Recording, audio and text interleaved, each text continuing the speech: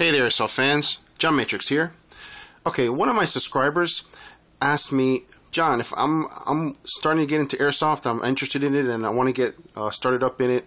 What do I need? What kind of budget am I looking at, and what should I look at getting first? Okay, so my advice: the absolute first thing you buy when you want to start playing airsoft, you get yourself face protection. Okay, now I enjoy the full face mask.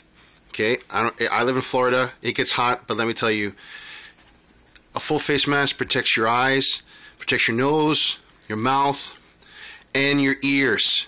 Okay, you can't put a price on that. Okay, a mask like this will run you anywhere between $20 and $30.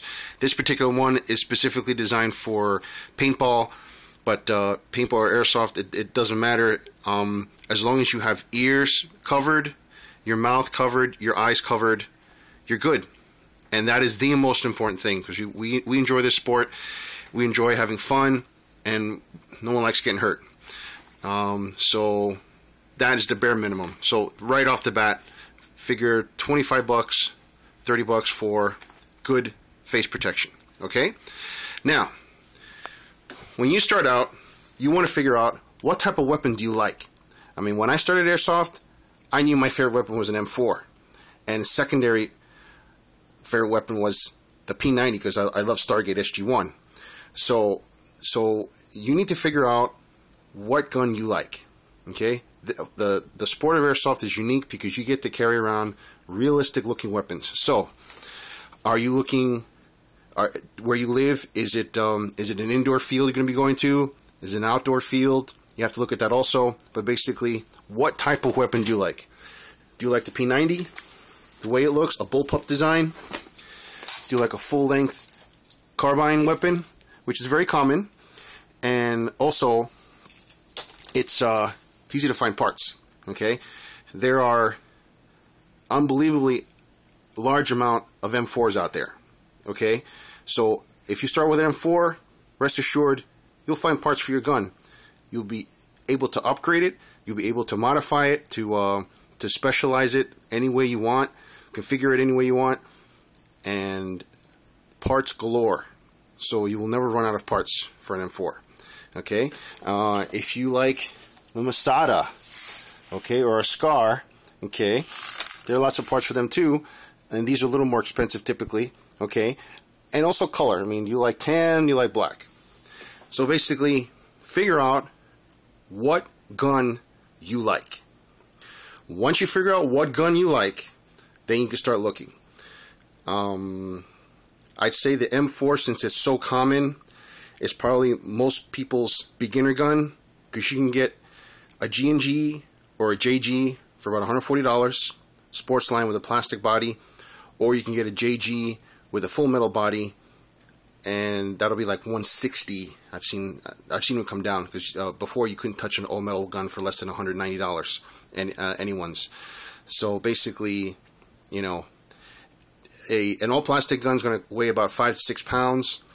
An all metal gun can weigh as much as 11 pounds. So that's another factor too. Okay, all the airsoft guns I'm talking about here, these are not Walmart guns. Okay, so no Walmart. Okay, sorry, no, I don't mean to be mean to Walmart, but they just don't carry real airsoft guns. Okay, a real airsoft gun has a metal gearbox.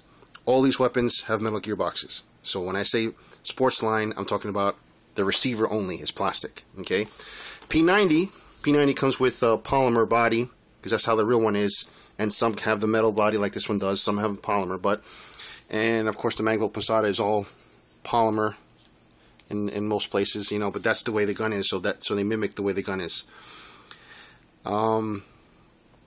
Name brands. Okay, as long as you're TM compatible, Tokyo Marui compatible, all the parts are interchangeable. If you have a version 2 gearbox or version 3 gearbox, you'll be able to fit parts and pieces into one another. So the only other thing after that, I would suggest, depending where you live, get a gun bag. Gun bag, about $20, and depending where you live, very, very essential, just because you don't want to brandish your gun, you don't want to freak anybody out, your neighbors, anybody else. Okay? And then the last thing, after you pick your gun, after you got your face protection, if you want, you can get a vest. Okay, not completely necessary, all right, but for guys that love this sport, you know, it kind of is necessary. But I mean, you wear a long sleeve shirt and long pants, you'll be fine. But you know, this just makes it really easy to carry a bunch of mags and lots of pockets. This has a pistol holster, so you can put a pistol in there if you wanted to. You know, something that looks cool, look a little more milsim, and you carry all your mags around.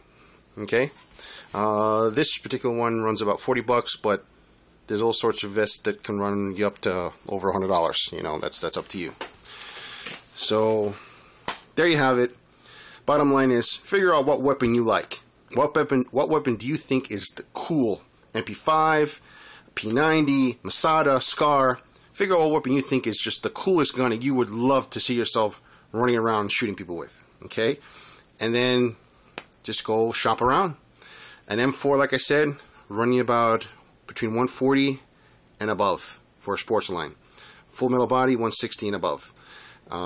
If you're indoor, you don't want it to shoot too hard. If you're out in the field, you know, anywhere between 350 and 400 is fine. And P90s now are getting a little expensive because of trademarks, and only certain companies are allowed to sell them now. They're about 200 plus. So, I mean, the choices are out there.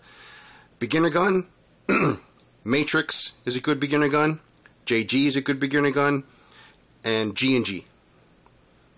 Those are the most economical, and those are the best beginner guns, in my opinion.